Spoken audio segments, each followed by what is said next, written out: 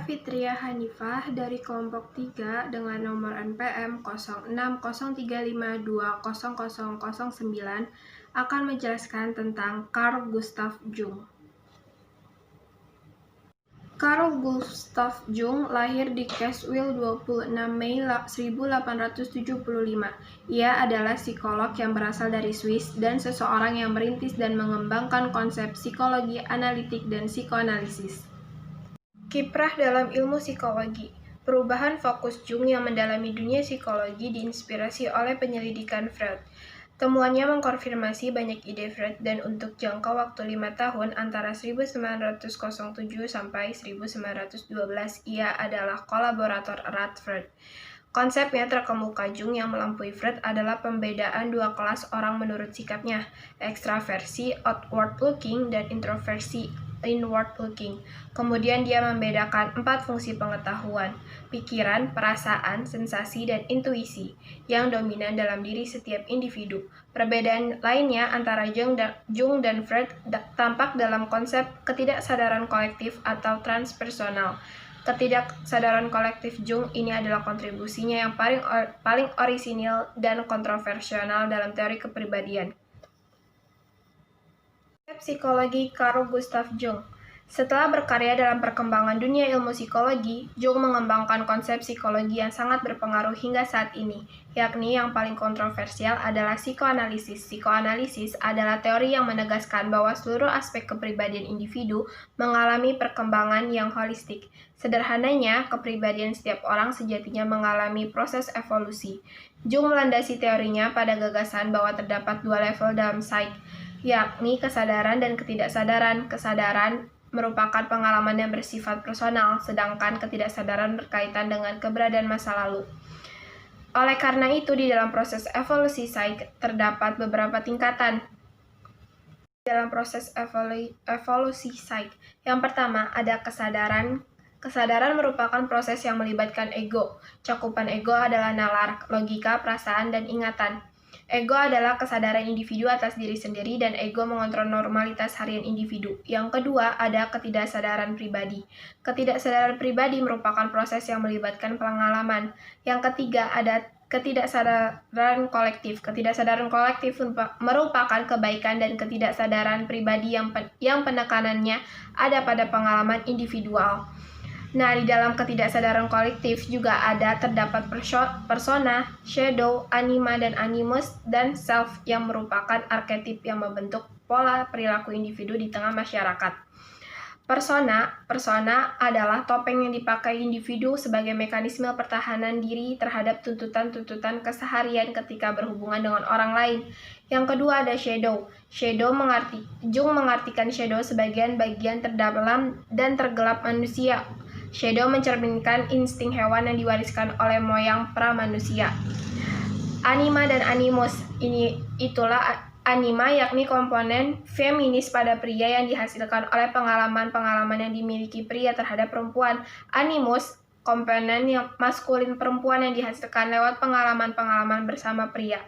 Self sebagai cerminan perjuangan manusia ke arah kesatuan. Self dikonsepkan sebagai energi yang memiliki kemampuan untuk merealisasikan atau yang disebut Jung sebagai jalan individuasi. Assalamualaikum warahmatullahi wabarakatuh. Saya Azril Nizam Makario Martaniadi, NIM saya 060352025. Saya akan menjelaskan tentang salah satu tokoh psikoanalisis yaitu Alfred Adler. Alfred Adler adalah seorang psikolog, dokter, terapis, sekaligus pendiri awal aliran psikolog individual. Ia menekan terhadap pentingnya perasaan inferior dianggap elemen penting dalam mengembangkan teori psikolog individual. Alfred Adler menganggap manusia adalah individu utuh, bukan seperangkat elemen. Adler adalah orang pertama yang menekan pentingnya elemen sosial dalam mengatur proses individual dan yang membawa psikiatri pada komunitas psikolog. Berikut adalah pemikiran Adler. Adler menyatakan ada satu daya motivasi yang mempengaruhi semua bentuk perilaku dan pengalaman manusia. Daya motivasi tersebut disebut dorongan ke arah kesempurnaan. Daya tersebut mendorong manusia memenuhi semua potensi dan keinginan yang ada di dalam dirinya, sehingga seorang manusia dapat semakin dekat dengan apa yang diidealkan. Adler berpendapat bahwa dorongan ke arah kesempurnaan yang hendak seorang capai pada masa depan itulah yang memotivasi manusia pada masa kini. Setiap manusia diarahkan menuju tujuan, harapan, dan cita-citanya. Untuk mendukung dorongan ke arah kesempurnaan tersebut, Adler menyatakan bahwa ada ide lain, yakni kepentingan sosial atau kepekaan sosial. Dengan ide ini, seorang manusia yang sedang mengarahkan dirinya menuju kesempurnaan akan mempertimbangkan lingkungan sosialnya. Sekian dan terima kasih. Saya Kansana Difah dengan NPM 0603520016. Di kesempatan kali ini saya akan menjelaskan psikoanalisis menurut Karen Horney. Ia adalah seorang psikolog terkenal dan salah satu pemikir tentang neurosis terbaik. Apa sih neurosis itu? Neurosis adalah gangguan jiwa yang dimana penderita itu masih menyadari bahwa dirinya tengah terganggu. Karen Horney mengeluarkan teori neurotis yang dimana itu berdasarkan dari masa kecilnya sendiri. Dan Karen Horney sejak kecil sering sekali mendapatkan penghinaan dari ayah kandungnya sendiri. Sedangkan dari ibunya, ia sangat mendapatkan kasih sayang yang sangat tulus.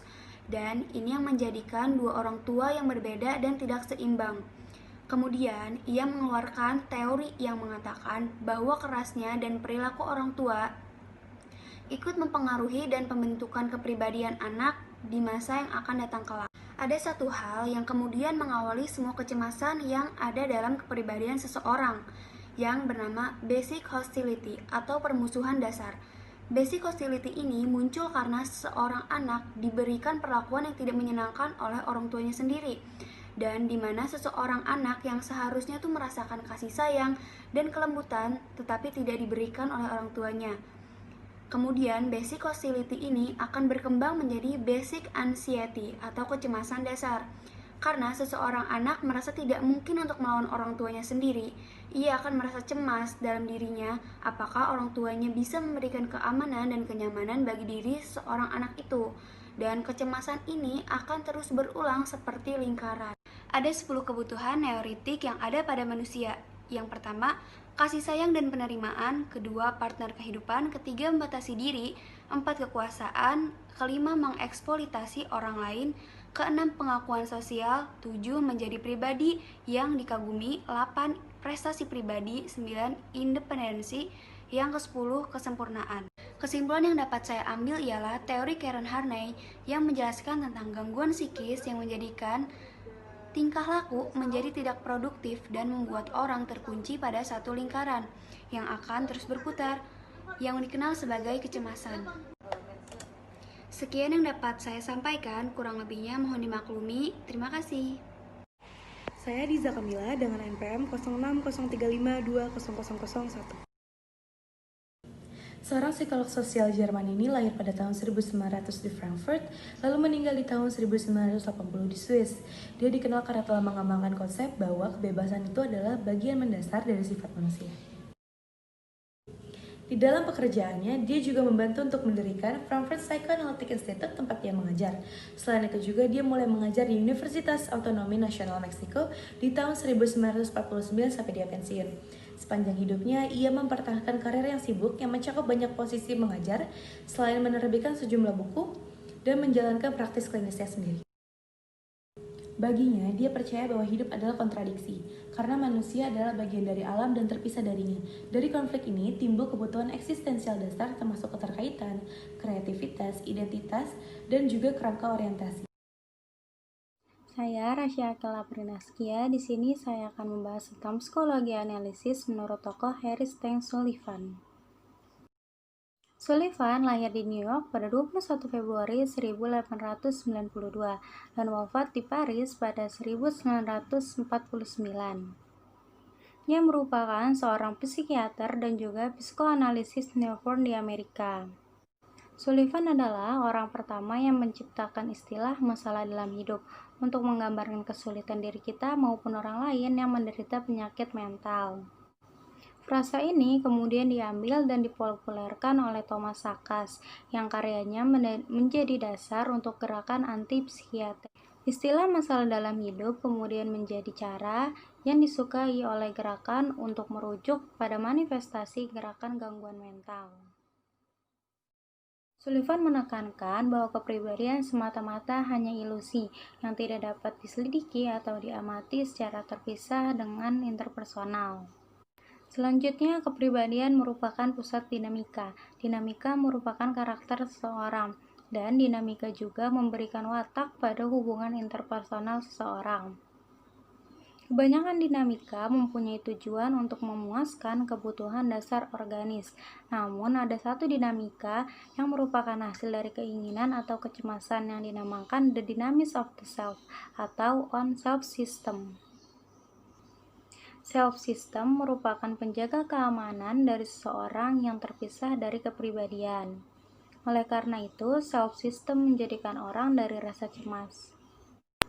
Lalu, Sullivan dan beberapa tokoh ahli kepribadian lainnya menggambarkan kepribadian dengan suatu kegiatan, yang dimana bila kegiatan tersebut dilakukan secara konsisten akan berdampak melemahkan ketegangan. Selanjutnya, Sullivan tidak percaya bahwa kepribadian dibentuk di usia muda. Karena apa? Karena kepribadian bisa saja berubah-ubah sesuai situasi, kondisi, kapan interpersonal itu muncul. Karena manusia itu bagaikan plastik dan juga lenak, sehingga manusia itu dapat mudah ditempa. Wawancara psikiatris adalah istilah bagi Sullivan untuk menggambarkan interpersonal seseorang dengan cara bertatap muka antara pasien dengan terapis. Pada hal tersebut, pewawancara harus menarik suatu kesimpulan dari orang yang diwawancara tersebut. Berikut adalah tahapan wawancara. Tahapan wawancara terbagi menjadi 4 bagian. Yang pertama, permulaan yang formal. Yang kedua, peninjauan. Yang ketiga, pendalaman yang detail. Yang keempat, terminasi. Berikut adalah karya-karya Sullivan. Yang pertama, The Interpersonal Theory of Psychiatry. Yang kedua, The Psychiatry Interview. Yang ketiga, Conception of Modern Psychiatry. Dan yang keempat, Schizophrenia as a Human Process. Itulah psikoanalisis menurut tokoh Harry Stack Sullivan. Terima kasih.